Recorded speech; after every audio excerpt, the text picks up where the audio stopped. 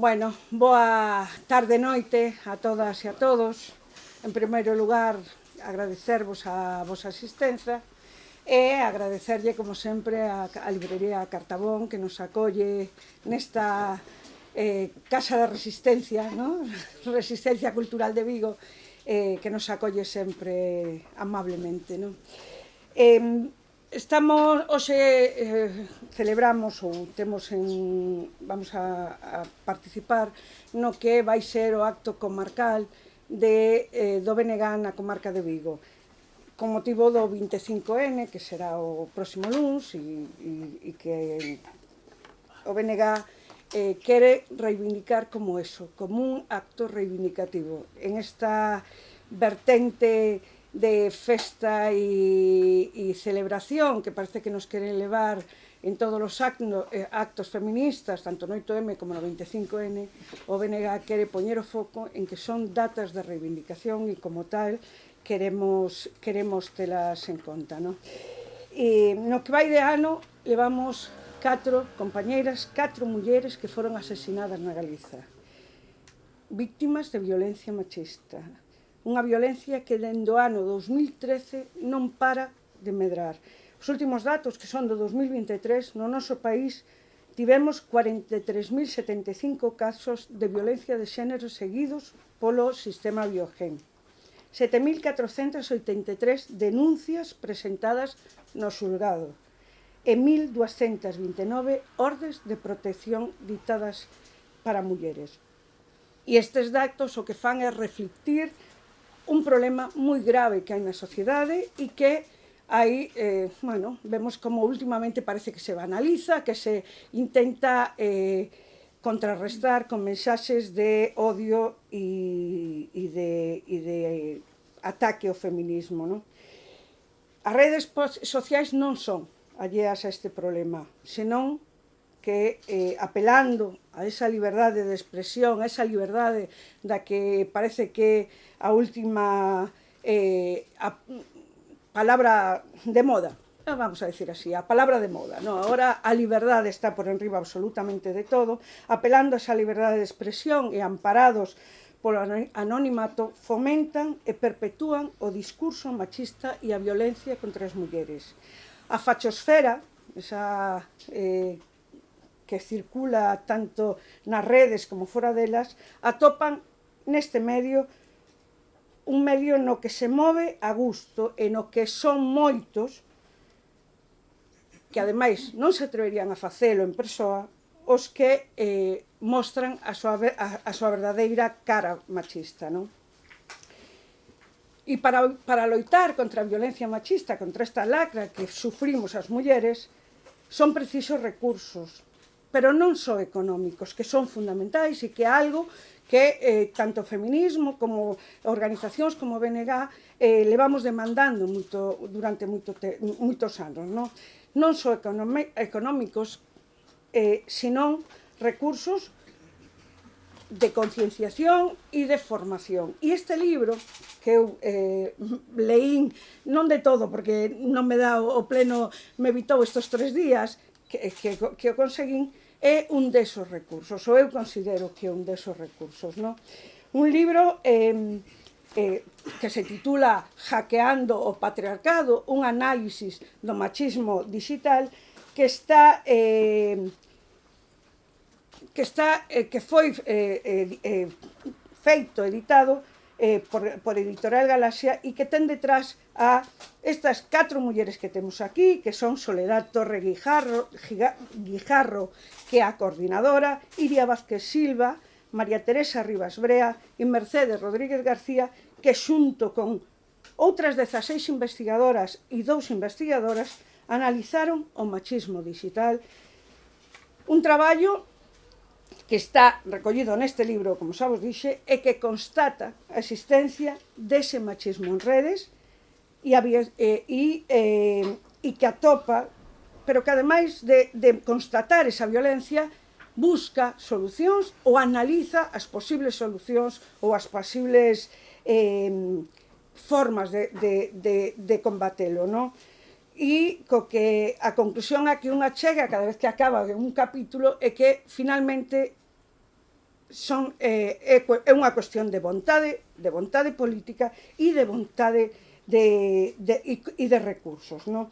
Eu, en este punto, gustaríame ler un parágrafo que me parece que sinala moi ben a situación, non? Dice: sexismo e misoxinia teñen unha sombra alongada na rede. Internet perpetúa as desigualdades e violencias do mundo como espazos nos que se reproduce a orde patriarcal. O ámbito online resulta un terreo hostil para as mulleres que teñen que facerlle fronte a experiencias de acoso e violencia, impensables nos varóns con maior frecuencia. As usuarias teñen ata 3 veces máis posibilidades de sufrir algún tipo de violencia en liña que os usuarios, un fenómeno que presenta particular incidencia no caso das mozas. Despois elas incidirán máis e analizarán máis, pero compre que sexamos conscientes de que temos que poñerlle freo a esta violencia e que para eso temos que visibilizala. Sobre todo, tal e como acababa este parágrafo, nas mozas, nas rapazas novas, que son as máis vulnerables, aínda que non as únicas, nas redes, non? Non é admisible as actitudes e situacións ás que diariamente se enfrentan miles de usuarias nas redes sociais. E non é por casualidade. Internet é machismo. E deixo vos xa con estas 4 mulleres que saben moito máis desto que a min e que nos van a facer aí unha presentación desta obra.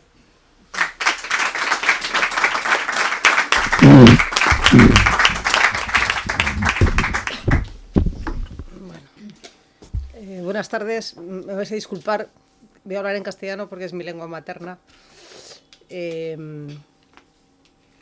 Yo soy Soledad Torres, soy la coordinadora de este libro. Soy coautora también de un par de capítulos. Lo primero que quiero señalar es que este libro lo que es un compendio de investigaciones sobre el machismo digital o en los medios digitales y sobre el sesgo de género en los estudios y en las profesiones que están más relacionadas con el mundo digital, concretamente las STEM, es decir, las ciencias, tecnología, ingenierías y matemáticas, y las TIC, en concreto, tecnologías de la información y las comunicaciones. Son 7 capítulos, 7 aportaciones, cada uno de ellos tiene distinta autoría. En su inmensa mayoría las autoras y los autores están vinculados a la Universidad de Vigo y 4 de estas investigaciones han sido financiadas por la Cátedra Feminismos 4.0, que es una cátedra de la universidad que está cofinanciada por la Diputación de Pontevedra. Siempre que presentamos resultados de proyectos, pues tenemos que mencionar la financiación, lógicamente, ¿no? Bien, voy a hacer una muy breve presentación de los contenidos de los 7 capítulos, pero no voy a seguir el orden en el que aparece en el libro, sino que voy a seguir un orden más que me facilita más el discurso que quiero realizar y tampoco me voy a detener demasiado porque quiero que luego tengamos tiempo de discutir y plantear dudas, preguntas, reflexiones, ¿vale? Pero en cualquier caso, si yo empezara a leer el libro ahora de cero, yo empezaría por el capítulo 2. El capítulo 2 se titula Violencias de xénero digitais, a falacia do virtual como un espacio alleo o real. Y es un estudio que reflexiona sobre la violencia de las plataformas digitales y empieza por pensar o por reflexionar sobre el origen de esa violencia, o más bien por qué es tan frecuente y exacerbada, ¿no? Por lo menos en comparación aparentemente con la violencia en el mundo real, ¿no? Y las autoras apuntan 4 razones fundamentalmente. Primero, que la violencia en el área digital raras veces tiene consecuencias sobre quien la ejerce. Segundo, que como no hay un contacto con la víctima, pues el victimario no puede ver cuáles son las consecuencias de su violencia, ¿no? No puede desarrollar una mínima empatía sobre las consecuencias que tiene en su víctima, ¿no? En tercer lugar, porque los gestores de las redes sociales no se implican en atajar esta violencia. Y en cuarto lugar, porque no solo no hay esa implicación, sino que además los algoritmos que rigen el funcionamiento de las plataformas sociales potencian la visibilidad y la permanencia de los mensajes más impactantes y más polarizadores. A continuación, las autoras del capítulo hacen un análisis de los tipos de violencia de género en función de una forma sistemática, ¿no? Clasificándolas en función de si se ejercen desde el ámbito privado o desde el ámbito público, y sobre si quien sufre la violencia son personas individuales o son colectivos, ¿no? Entonces, con esta estructura, con este análisis organizado, nos van presentando las distintas formas de violencia, desde, por ejemplo, las técnicas de control, que normalmente se realizan utilizando el móvil, al exhibicionismo. Un ejemplo es el conocido o la conocida fotopene, ¿no? El sexting, que sería la difusión de contenidos sexuales sin el consentimiento de las personas involucradas. La sexplotación, que sería la comercialización de esos contenidos sin permiso de las personas que los protagonizan. La sextorsión, es decir, la extorsión bajo amenaza de publicar esos contenidos de tipo sexual. Los deepfakes porno, que son las simulaciones mediante inteligencia artificial de contenido porno, que dicho sea de paso, son la inmensa mayoría de los deepfakes tienen este cariz, ¿no? Y luego, yendo a formas de violencia menos sexuales, ¿no? Tendríamos el troleo de género, por ejemplo, las típicas faltas de respeto sistemáticas hacia las mujeres que se pueden dar, por ejemplo, pues en forocoches, pongamos los ejemplos más clásicos, ¿no? Y eso ya nos enlazaría con el análisis de la machosfera, ¿no? De esta población de hombres machistas, misóginos y violentos que pueblan ciertos ámbitos dentro de las redes digitales, ¿no?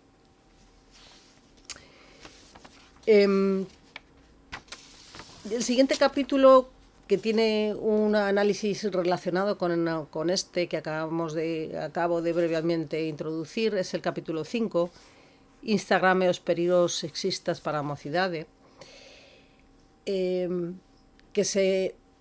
que realiza también un análisis de género de las redes sociales, pero concretamente de Instagram.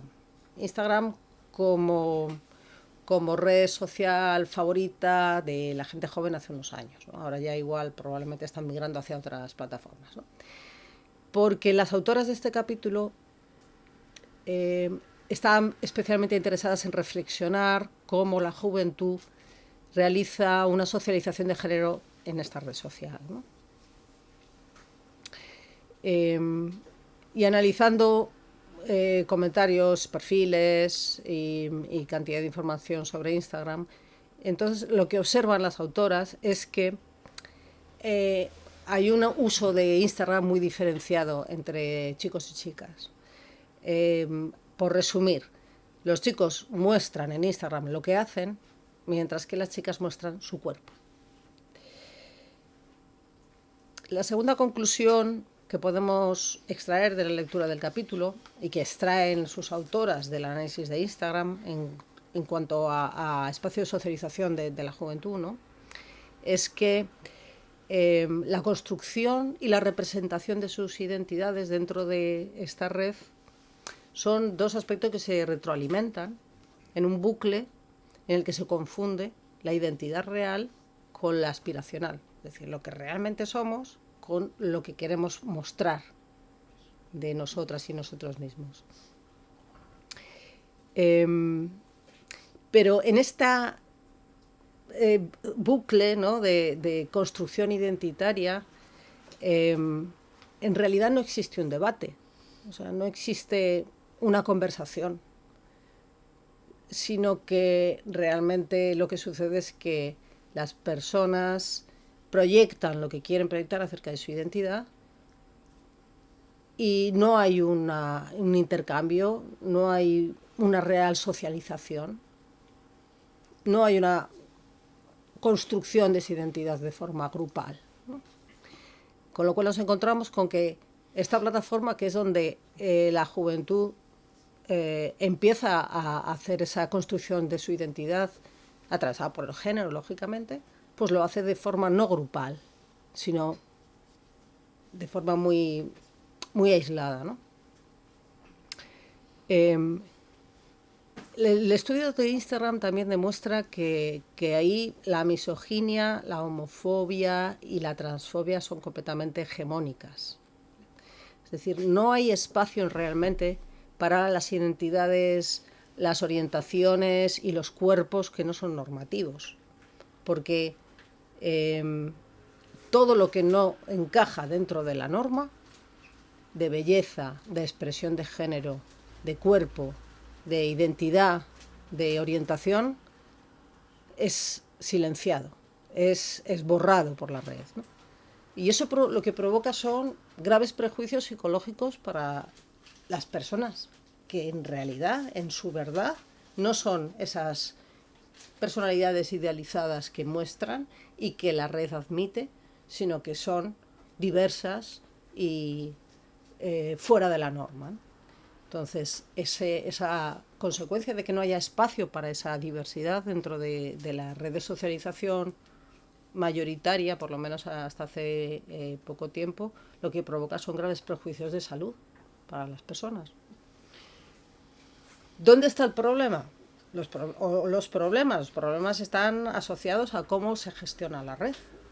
O sea, de nuevo, las autoras de este capítulo ponen sobre la mesa que no existen mecanismos para eliminar los discursos de odio dentro de Instagram, que no existe libertad de expresión, que se eliminan contenidos supuestamente impropios, ¿no? Y que los algoritmos que gestionan la red, en el fondo, premian o penalizan según qué contenidos y según qué perfiles. Entonces, en relación con esta reiterada, este hallazgo, esta demostración reiterada de la importancia de los algoritmos que gestionan las redes sociales, ¿no?, es muy interesante el capítulo 3, a importancia de diseñar algoritmos de detección a violencia de género, de algoritmos que detecten a violencia de género digital, que es un capítulo que presenta los resultados de un proyecto de investigación cuyo objetivo es demostrar que se pueden usar las tecnologías digitales para detectar violencia de género digital. O sea que los propios algoritmos que pensamos que están provocando los problemas, en realidad pueden ser la solución también. Todo es cuestión de cómo se utilicen y para qué, ¿no? Bien, la herramienta que se utiliza en este proyecto es una parte de la inteligencia artificial que se llama procesado de lenguaje natural. Es decir, es una herramienta que permite interpretar los textos que las personas volcamos en las redes cuando contribuimos con nuestras opiniones, cuando posteamos algo. Y concretamente una parte del procesado de lenguaje natural que se llama análisis de sentimientos, que lo que analiza es eso. Es decir, qué sentimientos subyacen a un determinado texto, una determinada entrada que se hace en un medio digital, ¿no? La metodología seguida para hacer este estudio empieza por obtener un conjunto de datos, lógicamente, en este caso concreto, de fuentes diversas, redes sociales, medios digitales, periódicos concretamente, periódicos digitales, plataformas de vídeo, por ejemplo YouTube, ¿vale? Entonces, se recopilan miles de comentarios procedentes de estos medios diversos y se etiquetan de forma manual.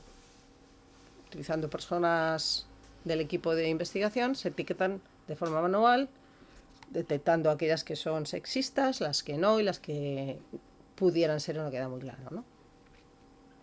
Entonces, en primer lugar se hace un análisis estadístico de esos comentarios, de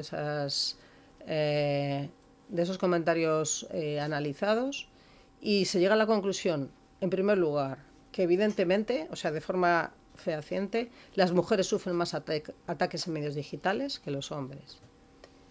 Que las noticias publicadas en prensa digital, y esto es curioso, provocan más comentarios violentos que las redes sociales. Y que los ataques individuales son más frecuentes que los ataques a colectivos. Un aspecto muy interesante de este proyecto es la continuación, que no está recogida en este libro porque es posterior, ¿no?, a la edición a la recopilación de estos contenidos. Con esa base de datos etiquetada con contenidos sexistas, posteriormente se entrenó una inteligencia artificial que era capaz de detectar violencia sexista en cualquier comentario, al margen de los que se utilizaron dentro de la base de datos de entrenamiento, ¿no? Entonces, con eso se construyó un semáforo de machismo digital que era capaz de poner un rojo, amarillo o verde en función de si un determinado comentario en cualquier red social tenía contenidos machistas o no.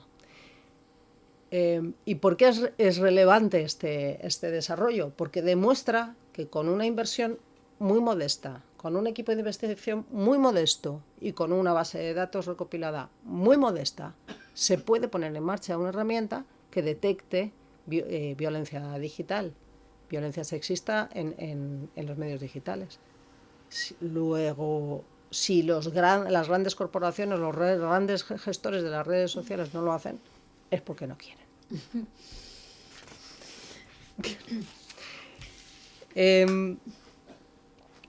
Bien. Cambiamos un poquito ahora de tercio y vamos a fijarnos en otra violencia digital más sutil, que es la que atañe a la asistencia digital, ¿vale? Entonces, el primer capítulo, una ollada feminista de asistencia digital, lo que hace es un análisis de este aspecto, ¿no? Entonces, para esto están conmigo aquí dos de las autoras de este capítulo, Iria Vázquez Silva y Mercedes Rodríguez García, que nos van a contar en que consistiu esta investigación. Bueno, moitas grazas. Comezo eu, o primeiro agradecendo a participación no libro e sobre todo porque é un libro interdisciplinar. Eu son profe de Socioloxía, hai xente de didáctica, hai xente de enxeñería, hai xente de telecomunicacións, somos basicamente investigadoras que traballamos desde unha perspectiva feminista e eu creo que esta é unha das claves desde un enfoque interdisciplinar. Entón, nos analizamos nos asistentes digitais, Siri, Google Assistant, o chatbot que te aparece Renfe, quero dicir, tanto os máis xeralistas como os máis específicos, e por sintetizar así moito, pois o que fixemos foi analizar a súa imaxe, o tipo de imaxe que tiña. Non nos sorprendemos para dicir que era especialmente estereotipado en cuestións de xénero, basicamente unha imaxe personificada de mulleres novas cunha apariencia supostamente moi femenina. A linguaxe que utilizan, é dicir, se utilizaban linguaxe sexista, xa vos anticipo que sí, aplastantemente, un tipo de linguaxe sexista, un uso realmente do masculino, ni sequera, quero dicir, cando interactuaba, me tocou a min interactuar con estes asistentes virtuais, non? Cando a asistente virtual era supostamente feminina e unha muller que daba claro na conversa, me falaba totalmente masculino, non? O sea, quero dicir, non había concordancia ninguna. Ademais da linguaxe, tamén analizamos o tipo de conversa. É dicir, contame un chiste. Que che parece? Bueno, tiñamos un guión, non? Facíamos as mesmas preguntas. Chistes, bueno, moi estereotipados, con roles de xénero moi marcados. Logo tamén nos animamos a preguntarlles sobre acoso sexual. Es decir, fixemos un guión no que acosábamos sexualmente a asistente virtual para ver como reaccionaba. Isto é así porque investigacións previas mostraban, ¿no?, que son moi tolerantes ao acoso sexual. E isto ten un claro sesgo, non, bueno, patriarcal, estamos aquí polo 25N, e bueno, tamén lle preguntábamos sobre si se consideraban feministas. E no momento de investigación, só Google Assistant decía que era feminista. El resto, ou non sabían o que era o feminismo, non sabían o que era a diversidade de xénero, non sabían nada, te decían, eu non sei diso, eu son un asistente virtual. Entón, eu, xunto aquí as dúas coautoras, pois un pouco o que conclúo, non, xa desde o punto de vista máis sociolóxico, é que queda claro que internet, a asistencia digital, a manosfera, as redes sociais, son axentes de socialización.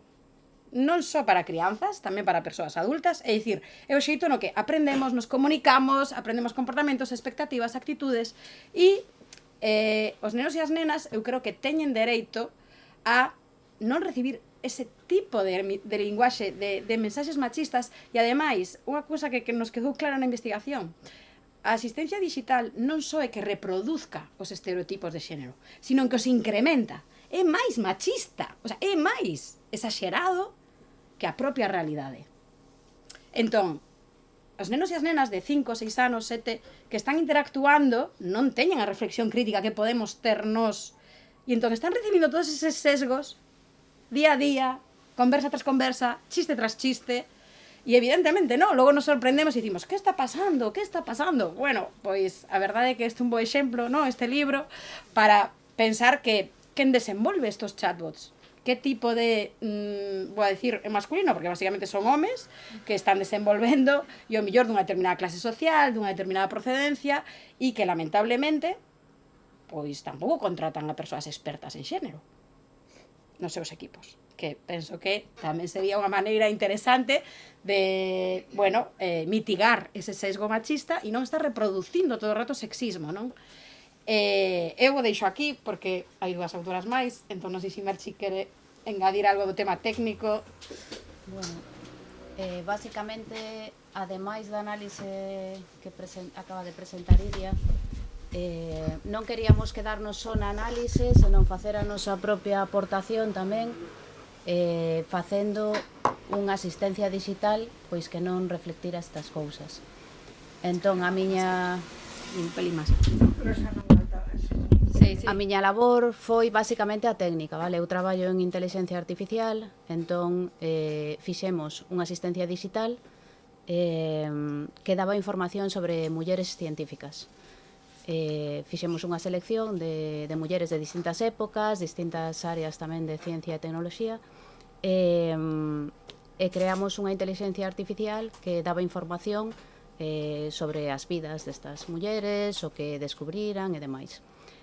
Puxemos o nome de Margarita porque en recoñecemento a Margarita Salas, que falecera recentemente por aquelas datas, cunha imaxe que non era sexista, todo isto. Basicamente a miña tarefa, ademais de facer o asistente, foi buscar tamén en que plataforma facelo, vale? Entón analizamos diferentes plataformas para escoller a que nos interesaba máis para o noso proxecto, que neste caso era que fora gratuita para que puidera ter certa continuidade e que tamén fora compatible con galego, que iso limitou bastante a oferta tamén. Optamos finalmente pola de Google tamén, e bueno, estaba disponible o ser de Google, fixemos un action para Google Assistant, de maneira que calquera persona que tivera un teléfono con o Google Assistant podía acceder á aplicación de mulleres científicas sen necesidade de instalar nada no seu teléfono nin nada. A través do Google Assistant simplemente lle tiñas que decir ok Google, quero falar con mulleres científicas e automáticamente saía xa Margarita e podías preguntarlle calquera cousa por voz. Xa está. Vale, cuando nos paramos a pensar por qué se hacen las cosas tan mal en el ámbito digital, ¿vale? Pues una de las razones que surgen, hay bastante consenso al respecto, es porque los equipos que desarrollan estas tecnologías son muy poco diversos. Y así es difícil hacer soluciones que favorezcan o que nos discriminen o nos sesguen a parte de la sociedad, ¿no? Entonces, en este contexto, nos preocupa en general, y hay muchas personas que así lo sienten, que las opciones profesionales, las carreras formativas que abren el camino profesional hacia las tecnologías de la información y las comunicaciones, hacia las ingenierías en general, hacia incluso muchas ramas de la ciencia, las matemáticas, etcétera. Ahí hay un sesgo muy importante de género en relación con si son los hombres o son las mujeres quienes más se animan a estudiar estas carreras, ¿no? Entonces, con esta preocupación en la mente, pues hay una serie de capítulos en el libro, empezando por el capítulo 4, por qué hai tan poucas mulleres no eido da enxeñería, unha imaxe conxelada, ¿no? Y está aquí conmigo Teresa Rivas, que nos va a contar sobre esta investigación. Gracias. Gracias por permitirme también estar aquí hoy. Bien, nosotros somos 8 autores, somos 7 mujeres y un hombre, y también somos 7 investigadores del ámbito de la tecnología, de las ingenierías, pero también se incorpora alguien del ámbito sociológico, ¿no? Iria también es coautora. ¿Qué hicimos en este trabajo? Pues el objetivo de ese trabajo era describir la situación de las mujeres en el ámbito de las ingenierías aquí en Galicia, ¿no? Tanto desde el punto de vista académico, es decir, en escuelas y facultades que desarrollan estudios, como en el ámbito laboral, ¿no? Y pretendíamos responder a diversas preguntas. Por ejemplo, ¿cuál es la situación de las mujeres en las ingenierías, en los estudios de ingeniería? ¿Ha evolucionado algo? ¿Algo ha cambiado desde 1967, que fue el primer año en el que se implantó un estudio de ingeniería en Galicia? Se ha equilibrado el número entre hombres y mujeres. Las mujeres tienen más éxito en los estudios que los hombres, a pesar de estar en un ámbito muy masculinizado y, por tanto, sentirse más vulnerables, ¿no? En el ámbito laboral queríamos responder a las preguntas de las mujeres, se cumplen las expectativas de las mujeres al trabajar en el ámbito de las ingenierías. ¿Cuál es el grado de incorporación de la mujer realmente en los puestos de ingeniería, ¿no? ¿Se colocan bien? ¿Tienen dificultades? Queríamos responder a todas esas preguntas. ¿Qué encontramos? Pues desde el punto de vista académico encontramos que lo que hicimos desde el punto de vista académico fue recoger todos los datos de matrícula desde el año 1967, que fue el año en que se implantó la ingeniería técnica y la ingeniería superior aquí en Galicia, en la Universidad de Vigo, perdón, y desde el año 67 hasta el 2013 hacer un estudio con perspectiva de género, esto desagregado por género, para ver cómo estaban las mujeres para describir, ¿no?, la situación de las mujeres. ¿Qué hemos visto? Pues eso justifica un pouco el título del estudio, unha imaxe conxelada. Efectivamente, empezaron tímidamente mujeres a estudiar ingeniería, fue incrementándose, llegó a un 12% en los años 80, que es un buen porcentaje. A partir de los años de finales de la década de los 80 se incrementó hacia un 20%, y hoy estamos en un 25% de mujeres respecto a hombres, ¿no? Sí, es cierto que hay grados más masculinizados, como por ejemplo la ingeniería mecánica, ¿no?, construir máquinas, y otros grados que no están tan masculinizados, en donde las mujeres pueden llegar al 30%, ¿no?, como es por ejemplo la ingeniería química, ¿no? ¿Qué vimos también? Pues vimos que a pesar de estar en desventaja numérica y sentirse, porque así nos lo trasladan las alumnas, ¿no?, y nosotras lo vivimos en clase, vulnerables, ¿no?, en un entorno muy masculinizado, en donde el profesorado además sin ser consciente, trasladamos nuestros sesgos y nuestros estereotipos en clase, ¿no? Pues a pesar de esa circunstancia, analizando índices de éxito, ¿no?, en la universidad, pues de todas las materias que te matriculas, ¿en cuántas te examinas? De todas las que te examinas, ¿en cuántas apruebas, ¿no? Haciendo un estudio de esos índices, comprobamos que a pesar de esa dificultad, ¿no?, de esa desventaja, las mujeres, en la mayor parte de los casos, tienen unos indicadores mejores, estadísticamente mejores que los hombres. Es decir, son capaces de llevar con éxito sus estudios a pesar de esa circunstancia, ¿no? Eso fue uno de los resultados más llamativos, ¿no?, del estudio académico, ¿no? Después también lo que hicimos fue preguntarnos, bien, todas estas mujeres que se egresadas, ¿no?, de los estudios de ingeniería en el campus de Vigo y Pontevedra, llegan a trabajar en esos ámbitos de la ingeniería y en qué situación están, si hay desigualdades, segregación horizontal, vertical, si hay desigualdades. Entonces lo que hicimos fue enviar una encuesta, construimos una encuesta y se la enviamos a 509 personas, hombres y mujeres, egresadas de los estudios de toda Galicia, de Pontevedra y de Vigo, de todas las ingenierías. Fue un éxito, fue un estudio que gustó mucho porque tuvimos un buen porcentaje de respuestas, nos sentimos muy, muy contentas y orgullosas, ¿no? ¿Y qué encontramos? Bueno, pues que la proporción entre hombres y mujeres que respondían a la encuesta era la misma, más o menos, de la proporción hombres y mujeres en estudios de ingeniería. Respondió un 30% mujeres, ligeramente más alto, hay que decirlo, ¿no?, que la proporción de hombres y mujeres en los estudios, y un 70% de hombres, ¿no? La encuesta la dirigimos para investigar personas que nunca habían trabajado en el ámbito de la ingeniería, que habían trabajado pero que en la actualidad no trabajaban, y las que sí consiguieron trabajar, y todo eso desagregado por género, ¿no?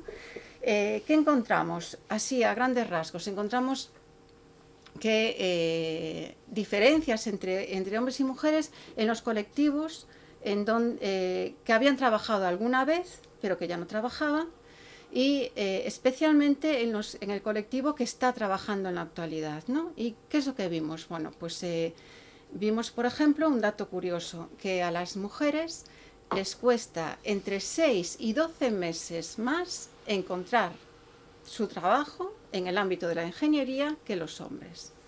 Encontramos también que desde el punto de vista de la modalidad del contrato, tiempo parcial, tiempo completo, y del salario, las mujeres están un poco, no es excesivo, pero sí un poco en desventaja con respecto a los hombres. Hay más mujeres con contratos a tiempo parcial y hay más hombres que ganan salarios más altos, ¿no?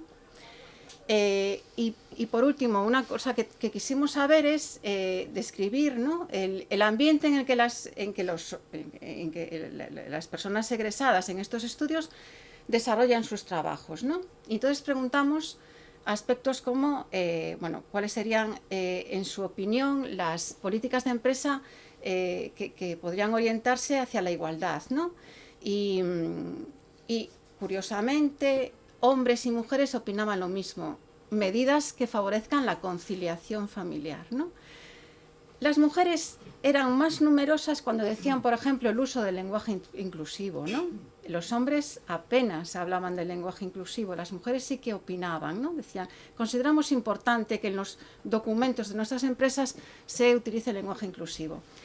Y después hicimos una pregunta que dio mucho que hablar acerca de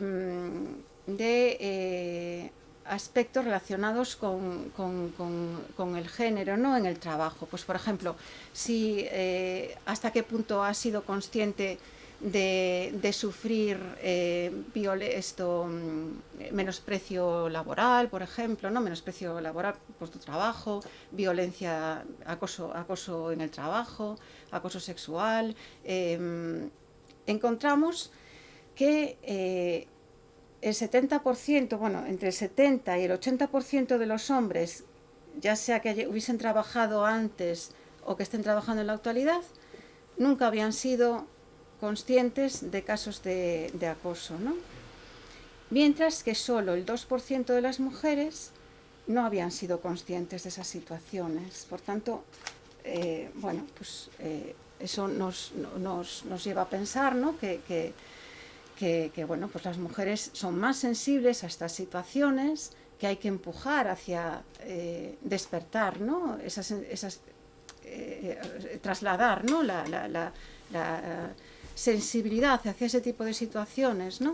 En el colectivo de los hombres, ¿no? En carreras que ya os avanzo, son extremadamente masculinizadas, ¿no? Son trabajos también duros, ¿no? Yo soy profesora en la Escuela de Ingeniería de Minas y hacemos muchas visitas a explotaciones mineras, ¿no? Y bueno, son trabajos académicamente, ¿no? Intelectualmente, como cualquier otro, pero estar al pie de un talud o al pie de en el fondo de una corta, pues tiene sus... Y bueno, son trabajos que se prestan mucho bueno, pues a aplicar sesgos, ¿no? Y estereotipos que tenemos, ¿no? Este fue el trabajo. Fue un trabajo muy descriptivo que pone sobre la mesa diferencias estadísticamente significativas, es decir, hemos hecho análisis estadísticos con los datos y por tanto las diferencias que se reflejan en ese trabajo son robustas, ¿no? Son rigurosas en ese sentido, ¿no? Hay una cosa que nos llamó mucho la atención y por último acabo. En muchas preguntas poníamos respuesta libre, ¿no? Poníamos varias opciones y una respuesta libre. Lo dejo aquí. Los únicos que respondían libremente eran los hombres y opinando siempre sobre las mujeres. Una cosa que nos llamó mucho la atención. Y eso fue un fallo, a lo mejor no es nuestro fallo de poner respuesta libre sin ser conscientes, sensibles de que podía haber esa diferencia, porque alteraron algunos porcentajes que nos costó mucho entender, ¿no? Por ejemplo, bueno, había más mujeres que hombres que decían que no hacía falta políticas de igualdad en las empresas. Entonces nos echábamos las manos a la cabeza. ¿Cómo es posible eso, que haya más mujeres que hombres que digan que no es posible? Claro, te vas a ver y hay muchísimos hombres que utilizan la respuesta libre para opinar que no quieren esas medidas, ¿no? Es lo que piensan. Entonces, lo que piensan. Es lo que piensan. Es lo que piensan. Entonces, rascando ahí, encontramos cosas muy curiosas. Bueno, y está todo reflejado en ese capítulo. Muchas gracias. Ya para terminar esta presentación breve, tenemos el capítulo 7, donde se analiza también la segregación horizontal de los estudios entre la juventud gallega mediante una metodología diferente, una metodología más cualitativa, menos cuantitativa, basada en entrevistas estructuradas y dinámicas de grupo entre alumnado de bachillerato, ¿no? Grupos de discusión y demás, ¿no? Y os invito realmente a leer las respuestas que dan las chicas y los chicos cuando les preguntan ¿y tú qué quieres estudiar? ¿Y esto con quién lo has hablado? ¿Y por qué no te animarías a hacer esto otro? Etcétera, etcétera, que realmente es muy interesante. Y por último, el capítulo 6 viene a contribuir en ese otro aspecto al que siempre se hace mención cuando se habla de la segregación en los estudios, que es la falta de referentes. Es difícil imaginarse a una misma siendo astronauta si nunca has conocido a ninguna mujer astronauta, por ejemplo, ¿no? Pues aquí en este capítulo 6, as mulleres que nos levaron ao espacio, las autoras nos hacen unas semblanzas muy, muy cariñosas de una serie de mujeres que fueron fundamentales en la carrera espacial en concreto. Y bueno, y eso es todo por mi parte, que no ha sido poco.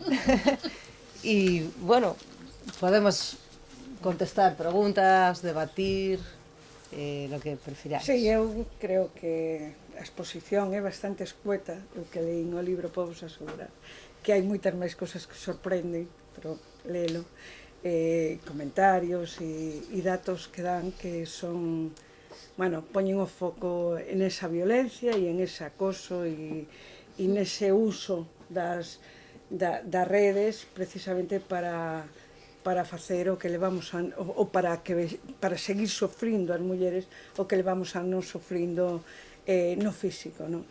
Eu creo que é o momento de que abramos a participación e que nos aportedes, diades, preguntedes, fagades digades o que consideredes. Empezamos por aquí. Bueno, creo que me vou sair un pouco do tema, aproveitando que teño 4 profesoras universitarias, non? Aquí, porque sempre se pon o foco, normalmente se pon o foco na necesidade de que a igualdade e eliminar as violencias machistas veña da educación, cando non ven da sociedade que o sistema educativo ten que cumprir ese papel de fomentar a igualdade, non? E creo que se pon moito foco no ensino infantil, primario e secundario, pero vos pensades que desde a universidade se pode facer, ou se está facendo, mellor me estades dicindo que se está facendo, non? Ese traballo de loita contra a desigualdade e contra a violencia machista nunhas idades ademais en que son adultos, o sea, e adultas, son persoas que xa están formadas, que en nada van ser profesionais e van formar parte desas empresas que logo van tomar decisións sobre mulleres. Credes que se pode facer máis desde a universidade, desde a formación na universidade? Se se está facendo, estupendo, Vale. Sempre se pode facer máis. Eu creo que a ver, a formación, a sensibilización feminista está ben poñer o foco na infancia, na adolescencia, pero nas persoas adultas, por suposto que sí. E a universidade é un espazo onde, especialmente indicado, non? Para traballar e sensibilizar en cuestións que teñen que ver con sistemas, non? De dominación, como o patriarcado. Entón, bueno, eu son de socioloxía, evidentemente, nas miñas materias sinxelo introducir temario feminista, violencias, acosos, desigualdades laborais, segregación horizontal, vertical, todo o que queiras. Pero tamén en telecomunicacións, tamén en moitas áreas técnicas, que eu creo que este libro tamén o mostra, se pode analizar ese sesgo machista que levamos encadenando e ademais facer propostas, que é un pouco que tamén o que fai o libro, propostas de mellora para ter espazos libres, ou alo menos un pouco máis libres do machismo. Eu teño que dicir que sempre que traballamos nas miñas aulas acoso sexual, violencia de xénero, bueno, pois logo teño alumnas relatando casos de acoso e de violencia. É unha cuestión, quero dicir, son espazos nos que, como en moitos, lamentablemente, en moitas organizacións, en moitos contextos laborais, familiares, de ensino, se destapan violencias. Entón, penso que é un espazo especialmente indicado. É verdade que temos un protocolo de acoso, é verdade que temos unha unidade de igualdade que está traballando moito, hai moitas investigacións desde unha perspectiva feminista, pero bueno, sempre podemos facer máis. Ti analizas as guías docentes, os programas, e ás veces sorprende que ás veces damos, bueno, ás veces se dan contidos como pensar, non sei cual 19. As mulleres levamos facendo ciencia moito tempo e non aparecemos nas guías docentes, ou na perspectiva, ou nos temarios, ou nos programas, ou, bueno, e a veces o currículum oculto, non? De a quen escoitas na aula, a quen lle das máis voz, que linguaxe utilizas, o sea, son tantos elementos, non? Que na universidade, por suposto, vamos, é un espazo, para min, indicadísimo para traballar desde unha perspectiva feminista. Para traballar e para aprender, para nós aprender. tamén. Sí, Decir que non reproducir sesgos na docencia é fundamental, non? Sí, justamente fixe unha pregunta pensando en algunha conversa con algunha alumna de enseñaría que como se sentía na aula con respecto aos seus compañeiros e con respecto aos seus profesores e ela, bueno, a persoa con que como contaba, unha persoa moi botada para diante e tal, é moi consciente, pero dicía que realmente moitas veces non abría boca na clase por medo ás reaccións e iso, non só dos seus compañeiros, sino do seu profesorado. Penso que máis do profesorado, porque somos persoas maiores, que temos máis arraigados os estereotipos, que custanos máis aprender, sair fora, no, do noso... A xente nova, penso que... A mí sorpréndeme positivamente moita xente nova, penso que no ámbito académico nós temos que formarnos para aplicar a perspectiva de xénero desde a redacción da guía docente hasta cando estás montando un aparato eléctrico en clase, falar ya a todo o mundo igual, non? Sin aplicar os propios sesgos, non? Temos moito que aprender, pero tamén é un espacio privilexiado para facer, se fan moitísimo, por exemplo, saídas a escolas de primaria. Nos pasámoslo estupendamente con rapaces e rapazas de primaria dando talleres de igualdade, non? Saímos de aí aprendendo, e con optimismo, ademais, non? Cos nenos pequenos. Despois, cos adolescentes xa é distinto, non? O colectivo de adolescentes xa é distinto, xa... Pero sí, saímos moito tamén fora, non?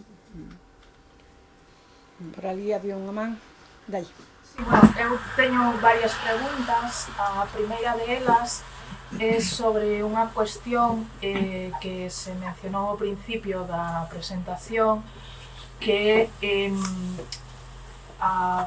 o non coñecer a víctima, digamos, cando falamos de redes sociais, que favorece a falta de empatía, pero ten aparecido nos últimos anos fenómenos como os grupos de Telegram, donde circulan vídeos de deepfake. Por exemplo, saiu fai un par de meses unha investigación en Corea, donde en universidades, escolas secundarias, etc., circulaban vídeos entre alumnos masculinos, outros homes, supoño, dese ámbito, donde vídeos, circulaban vídeos con, que non eran vídeos reais, entre comillas, o acto en sí non ocurrira a esa persoa, pero utilizaban o deepfake con compañeiras, profesoras, irmáns, nais, etc. Esos vídeos circulaban. Tamén saiu fai pouco un artigo de algo similar en Portugal, que o 70% dos homes que utilizaban Telegram tamén facían ese tipo de uso de compartir vídeos como se foran, digamos, canales de porno privados, donde tamén o deepfake, etc. Tal. Quería preguntar por a presenza dese tipo de fenómenos en Galicia e no Estado español. Veña, ánimo meu. Eu creo que anonimato, non? Como dicía Carmela na presentación, a verdade é que na manosfera, ou como le chamachosfera, bueno, temos moitos nomes para dicir, non?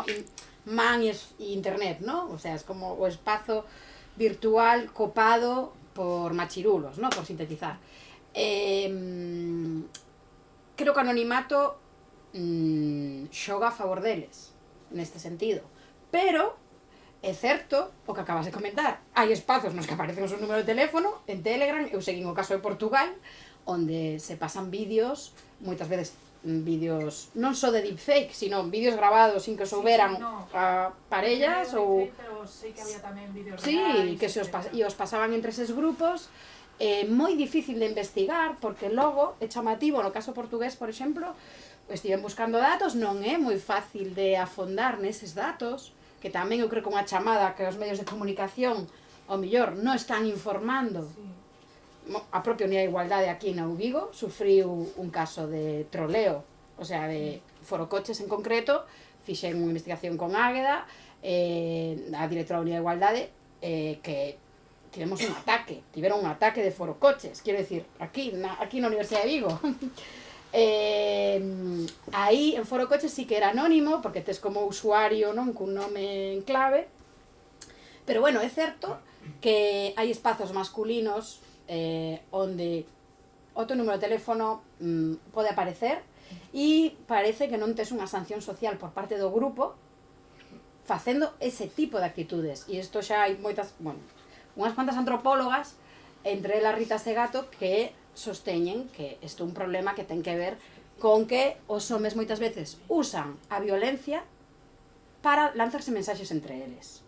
Para dominar as mulleres, sí, pero tamén como unha forma de recreación masculina, para entrar no grupo dos machirulos.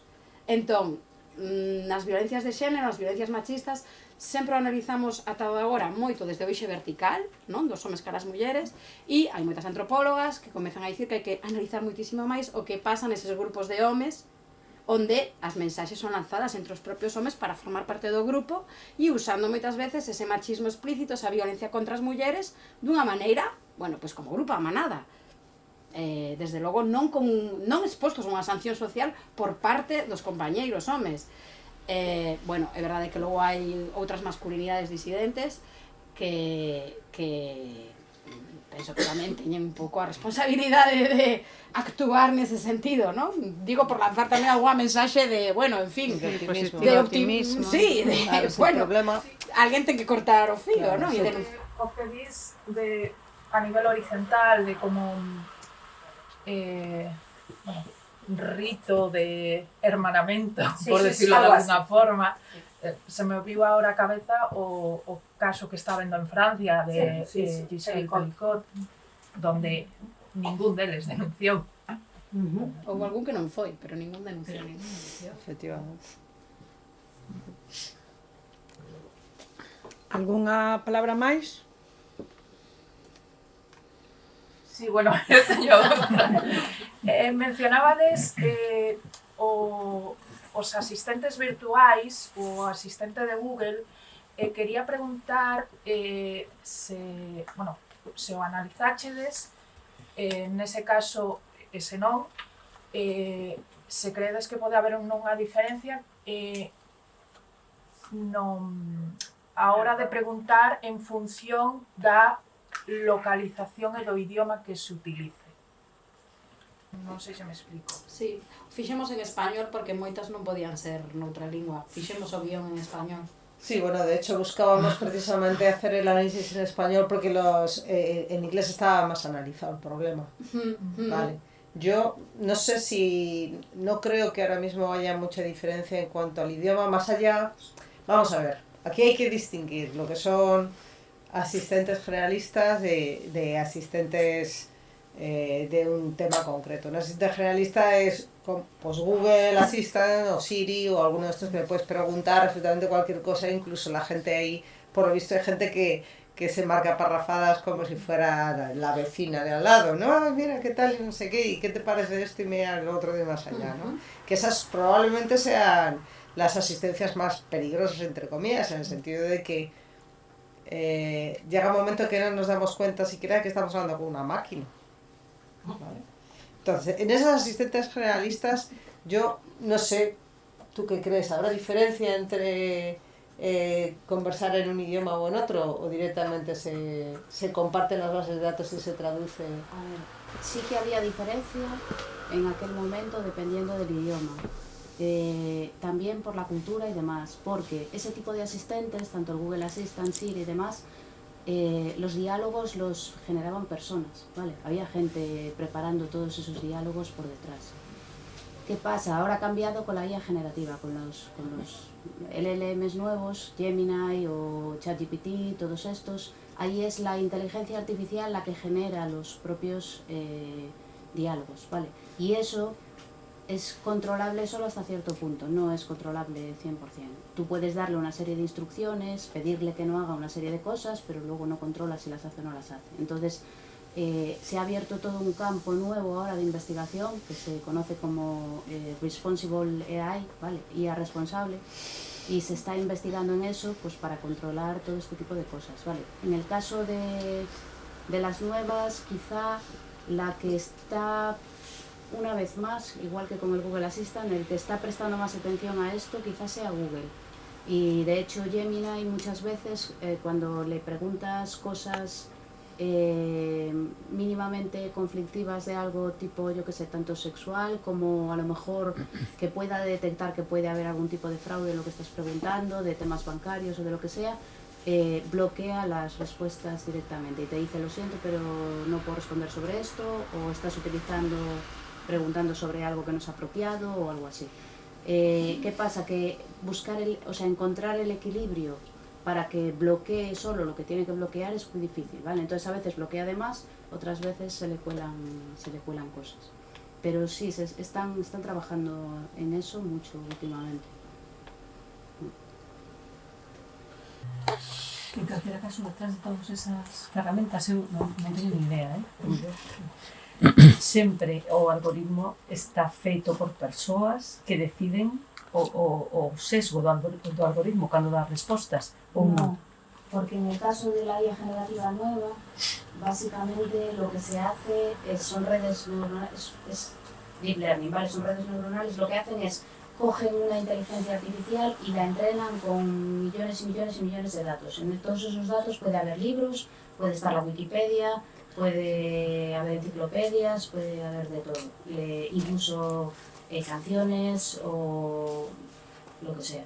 Lo entrenan con todo eso, sí, aplicándole una serie de parámetros o demás, pero digamos que lo que se obtiene es una inteligencia artificial que ella, en función de lo que le digas, responde sola en función de los datos que tiene. Entonces, tú lo que puedes es, cuando le estás haciendo la pregunta, le puedes pasar una serie de instrucciones, que es lo que ahora se conoce como prompt engineering, donde tú le estás diciendo, por ejemplo, yo qué sé, pues le dices, eres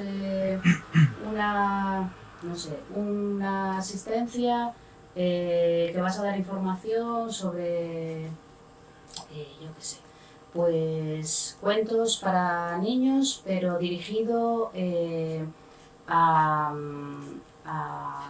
escritores o personas especializadas o que están aprendiendo a escribir. Pero puedes decirle, pues eres una asistencia que das información sobre cuentos para niños, pero tu público van a ser niños de 10 años o de 10 a 13 años, entonces debes hablarles pues, en un lenguaje apropiado para ellos, responden tal idioma, lo que sea. Tú das unas instrucciones, pero solo esas instrucciones en lenguaje natural. Y él va a responder en función de esas instrucciones. Entonces, si le has dado unas instrucciones de que el público va a estar entre 10 y 12 años, pues va a dar unas respuestas con un lenguaje muy informal y muy apropiado para niños. Si le estás diciendo que es algo muy especializado, pues va a dar una respuesta en un lenguaje más formal y demás. Pero no controlas qué va a decir exactamente, ¿vale? Es muy difícil controlar eso. Se está trabajando con muchas técnicas diferentes, pero nunca controlas al 100% lo que va a responder. Claro, y el problema es que está siempre todo su conocimiento parte de los textos que ya se han escrito y que están accesibles. Y esos textos tienen sesgos. Claro. Y hay realidades que están hiperrepresentadas y otras que están completamente ausentes. Y hay estereotipos, y hay prejuicios, y todo eso es imposible que no lo aprenda. Claro. Yo hace unos meses hicieron unos amigos un experimento. Le dije, escribieron un poema dedicado a una nieta y le dijeron a la inteligencia artificial que creara un vídeo con imágenes. Y todas las imágenes eran mujeres hermosísimas, normativas, claro, la feminidad, normativas, familias hetero, o sea, era todo sesgado. Y yo, nos veíamos, y el amigo que lo hizo nos miraba las caras porque sabía que estábamos todos sufriendo viendo aquello. ¿Que ¿Por qué lo estás mostrando? ¿De verdad te quieres este mundo para tu nieta? Le preguntábamos. No, sí, precisamente os lo muestro para ver, para que veáis el sesgo tremendo que hay. Claro, es que pensamos que las redes... Sí, la felicidad, familia, padre, madre e hijo. Es más complicado que todo eso. Bueno, porque, claro, no, lo han intentado sí. corregir Sí, y sí. se encontraron con el problema contrario. O sea, que claro, tú en un asistente muy especializado tú sabes más o menos lo que puede preguntar el usuario. Pero en uno más generalista no. Entonces, pueden preguntar pues algo, no sé, de familias o de tal, que quieras que salga diversidad, pero le pidieron, por ejemplo, que sacara fotos, imágenes de soldados nazis, y había soldados nazis negros. Es claro, totalmente irreal, Claro, porque claro. con las instrucciones que le habían dado de diversidad y demás, Ya. generó algo que a nivel histórico no Histórico no es es inexistente. Sí, sí, es Es alucinante. increíble. Entonces, Los que sesgos a entienda, veces... claro, que entienda cuándo Ya. tiene que ser diverso y cuándo tiene que ceñirse a tal es complicado. Y los sesgos a veces son muy más evidentes todavía cuando les pides que generen, estas inteligencias que generen imágenes. Más, y son más evidentes los sesgos todavía que cuando les pides que generen texto. Porque las imágenes es cuando te canta tantísimo, ¿no? Que, por ejemplo, te También pides... El otro día vi una presentación donde se le pedía que generara, por ejemplo, un grupo de personas mayores. Y es que era tan poco diverso lo que estábamos mostrando, pero claro, es que dices, es que en las plataformas digitales hay muy pocas imágenes de gente mayor. Cógete Instagram, cógete Facebook. pero aún De así- gente mayor hay muchísima menos imágenes que de gente Pero aún joven. así, quiero decir, ahí vamos a lo del prompt engineering. O sea, va a generar en función del prompt que tú le pongas, de las instrucciones que tú le des. Entonces tú no le puedes decir simplemente generan una imagen de personas mayores. Tendrías que decirle generan una imagen de personas mayores, pues de tal edad a tal edad, De o sea, pero distintas tenga una razas. representación diversa, Y entonces... Pero una nena tienes de que 5 ser- años va a decir, ponme una persona mayor con suerte. Claro, quiero decir que al final las crianzas pues se socializan, bueno, y ese sesgo tan grande o están recibiendo, pensando que esa é a realidade, ¿no? Claro. Ese para mí son dos dilemas, dos retos. Bueno, yo desde mi punto de vista, un niño o niña de 5 años no debería estar Ya, hablando con una pero imagen bueno, yo artificial. digo lo que pasa en la realidad, no lo que debería pasar. Tanto. O O problema- que as utilicemos vamos a estar Tamén. Claro, aquí o Quen sabe que ten que preguntar así? Claro. Normalmente preguntamos con 3 palabras e acabouse. Claro, nunca recibimos de El vosotras. usuario irá aprendiendo tamén. Esperemos que non sei moito, esperemos que pensar iso. Bueno, non sei se hai alguén unha palabra máis. Rápido, estamos. Disculpa. Unha pregunta rápida. Falabades tamén de o algoritmo como detecta pois a linguaxe machista e outros tipo de cousas semellantes. Pero nas redes sociais, nas aplicacións e todo eso, hai certos comentarios que se van penalizando, pero a xente que publica ese tipo de comentarios enseguida adopta outra linguaxe para referirse ao mesmo. Por exemplo, en vez de decir Hitler, din o pintor austríaco, por exemplo. Eu quería preguntar se ese algoritmo se vai utilizando, se vai incorporando ou... Porque non se incorpora. non se incorpora. No se incorpora, no interesa. Claro. Vamos a ver, las plataformas digitales hacen negocio con los comentarios violentos, los comentarios de odio, porque son los que generan polarización. Los contenidos violentos y los contenidos de odio son los que generan muchas visualizaciones, muchos likes o hates, mucha polarización, mucho redifusión, mucho tráfico al final y atrae mucha la atención, y ese es el fondo, ese es el negocio. Entonces no lo detectan, no quieren detectarlo, no quieren prohibirlo, no quieren banearlo, su negocio está ahí.